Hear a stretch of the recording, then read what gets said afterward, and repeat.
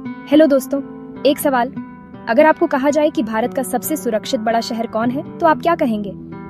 शायद कोई कहेगा मुंबई, कोई बोलेगा पुणे और कुछ लोग तो बेंगलुरु भी कह देंगे। लेकिन क्या होगा अगर मैं कहूँ कि भारत के टॉप मेट्रो शहरों में सबसे कम क्राइम रेट कोलकाता में है और दिल्ली वो सबसे ऊपर है, लेकिन उल्टी दिशा में। हैरानी हो रही है ना? और इसी बात से शुरू होती है आज की हमारी सबसे जरूरी बातचीत। दोस्तों, क्राइम रेट मतलब किसी शहर में हर 1 लाख लोगों पर कितने अपराध होते हैं। ये data national crime records bureau यानी एनसीआर भी देता है। और हाँ, ये सरकारी है, पक्के आंकड़े होते हैं। अब जरा सोचिए, जब हम कहते हैं कि किसी शहर में 500 क्राइम हुए तो लगता है बहुत ज्यादा है, लेकिन अगर उसी शहर की आबादी 1 करोड़ है तो क्राइम रेट बहुत कम निकलेगा। इसलिए एब्सोल्यूट नंबर्स नहीं, बल्कि प्रति 1 लाख की गणना ज्यादा सही तस्वीर दिखाती है। और हाँ, वीडियो में आगे हम जानेंगे 1. दिल्ली में अपराध क्यों इतना ज्यादा है। 1. कोलकाता में क्या चीज है जो उसे सुरक्षित बनाती है। 1. बाकी बड़े शहरों की स्थिति क्या है। 1. और क्या वाकई आंकड़े हकीकत से मेल खाते हैं। बस वीडियो को पूरा देखो, और अगर ऐसी रिसर्च बेस्ड बातें तुम्हें पसंद आती हैं तो अभी चैनल को सब्सक्राइब कर दो, ताकि हम मिलकर हर बार सच्चाई के थोड़ा और करीब जा सकें। साल 2023 की एनसीआरबी रिपोर्ट के अनुसार भारत के बड़े मेट्रो शहरों में अपराध दर कुछ इस तरह है, यानी प्रति 1 लाख आबादी पर सबसे पहले कोलकाता 103, फिर मुंबई 230, चेन्नई 289, बेंगलुरु 312, हैदराबाद 400, पुणे 420, अहमदाबाद 511 और दिल्ली 1381। अब फर्क देखो, कोलकाता 103 और दिल्ली 1381, यानी 13 गुना ज्यादा। सोचने वाली बात है, ऐसा क्या है जो कोलकाता को इतना शांत रखता है। कोलकाता एक समय पर ब्रिटिश इंडिया की राजधानी थी, एक ऐसा शहर जिसकी आत्मा अभी भी साहित्य, कला और सोच में जीती है। अब अगर हम सामाजिक ढांचे को देखें तो यहाँ की आबादी बुजुर्गों में अधिक है। कम युवा इक्वल साइन कम इम्पल्सिव क्राइम्स। ज्यादातर लोग ट्रेडिशनल कम्युनिटी में रहते हैं, यानी एक दूसरे को जानते हैं। पुलिसिंग भी यहाँ शांत और समझदारी से की जाती है। ओवर एग्रेशन नहीं, लेकिन धीमा सिस्टम भी नहीं। एक और दिलचस्प बात, कोलकाता में महिलाओं के खिलाफ अपराध भी सबसे कम दर्ज होते हैं। और हाँ, अगर आप भी ऐसी बातें जानना चाहते हो जो बाकी मीडिया छुपा लेती है, तो वीडियो को लाइक जरूर कर देना, ताकि और लोगों तक भी सच्चाई पहुंचे।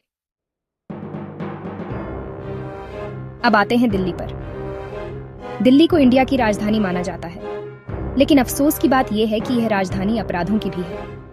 एनसीआरबी रिपोर्ट के मुताबिक देश भर में जितने भी रेप केस दर्ज हुए, उनमें से 32% अकेले दिल्ली के हिस्से में आए। हर दिन औसतन 6 रेप केस दिल्ली में दर्ज होते हैं। चैन स्नैचिंग, रोड रेज, चोरी, हर तरह के केस यहाँ ज्यादा हैं। लेकिन क्यों?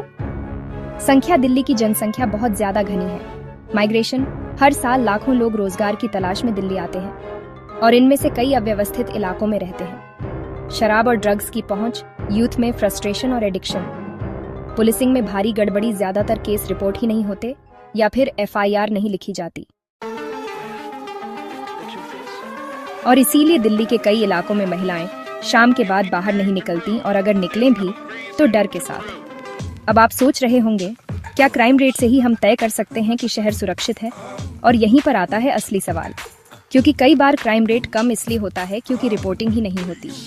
गांवों और छोटे शहरों में महिलाएं पुलिस स्टेशन जाने से डरती हैं, या फिर केस ही दर्ज नहीं होते। कोलकाता में अपराध कम है, लेकिन ये भी हो सकता है कि वहाँ रिपोर्टिंग स्ट्रिक्ट हो और पुलिस का डर बना हो। दिल्ली में केस ज्यादा दर्ज होते हैं, इसका मतलब ये भी हो सकता है कि लोग खुलकर बोलते हैं। तो क्या आंकड़े झूठे हैं?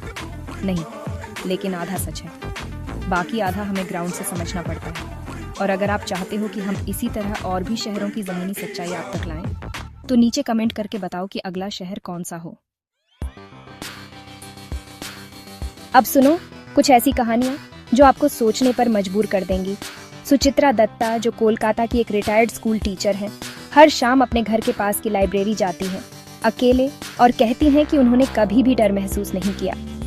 वहीं अनामिका, जो दिल्ली यूनिवर्सिटी की छात्रा है, कहती हैं कि वो हर समय पेपर स्प्रे और घर वालों से लाइव लोकेशन ऑन रखती है।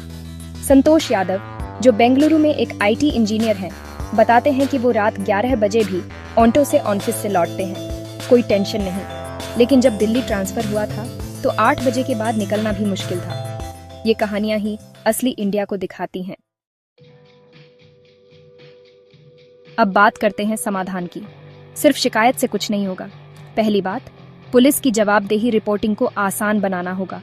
दूसरी, महिलाओं के लिए सुरक्षित स्पेस, हर मोहल्ले में सीसीटीवी, पैनिक बटन होना चाहिए।